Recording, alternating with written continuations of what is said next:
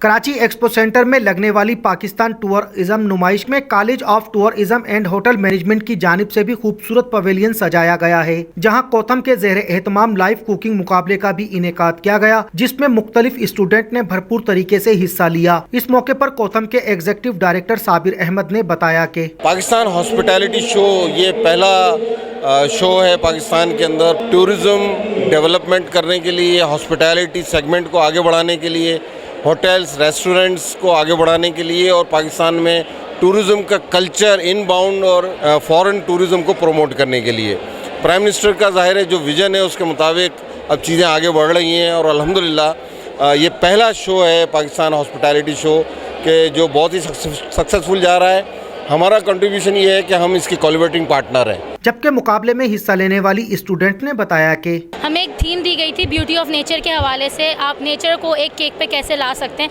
आपकी